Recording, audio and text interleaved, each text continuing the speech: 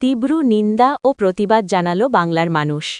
বাংলা দর্পণ মানুষের মনের কথা তুলে ধরে। কারাগারে একজন মানুষের জীবন নিয়ে এ কেমন ছিনিমিনি।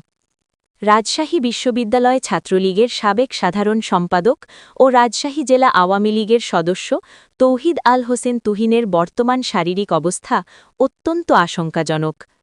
প্রকাশিত সংবাদ ও ছবি থেকে দেখা যাচ্ছে সুচিকিৎসার অভাবে তার পায়ের ক্ষত পচন ধরার উপক্রম হয়েছে।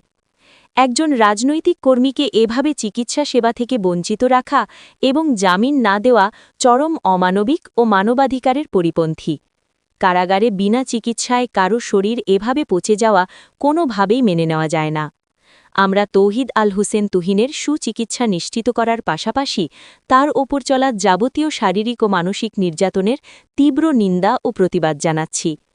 একজন নাগরিকের ন্যায় বিচার পাওয়ার অধিকার কেড়ে নেওয়া আইনের শাসনের পরিপন্থী। অনতিবিলম্বে তৌহিদ আল হোসেন তুহিনের নিঃশর্ত মুক্তি এবং উন্নত চিকিৎসার দাবি জানাই।